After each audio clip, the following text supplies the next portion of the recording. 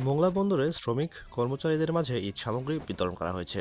বিস্তারিত জানাচ্ছিলেন Mohammad Shami Hossain, staff reporter, Khulna থেকে। অভিযান নিউজ টিভির সাথে আছি আমি তৌফিক হাসান। ঈদ উল ফিতরকে সামনে রেখে মোংলা বন্দরে কর্মরত প্রায় ২,৯০০ শ্রমিক কর্মচারীদের মাঝে ঈদ সামগ্রী, খাদ্য সামগ্রী বিতরণ করা হয়।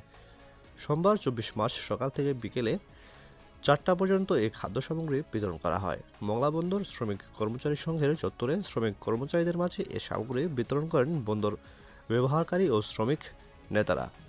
শ্রমিক কর্মচারীদের মাঝে চাল, ডাল, চিনি, তেল, লবণ, সেমাই, সাবান ও দুধসহ প্রায় ১৬ কেজি প্যাকেটের খাদ্য সামগ্রী তুলে দেওয়া হয়।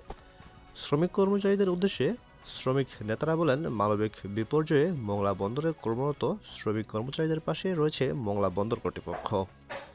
আসন্ন ঈদকে সামনে রেখে পরিবার পরিজন নিয়ে যাতে ভালোভাবে ঈদ উদযাপন করতে পারেন সেজন্য এই আয়োজন করেছেন মোংলা বন্দর কর্তৃপক্ষ।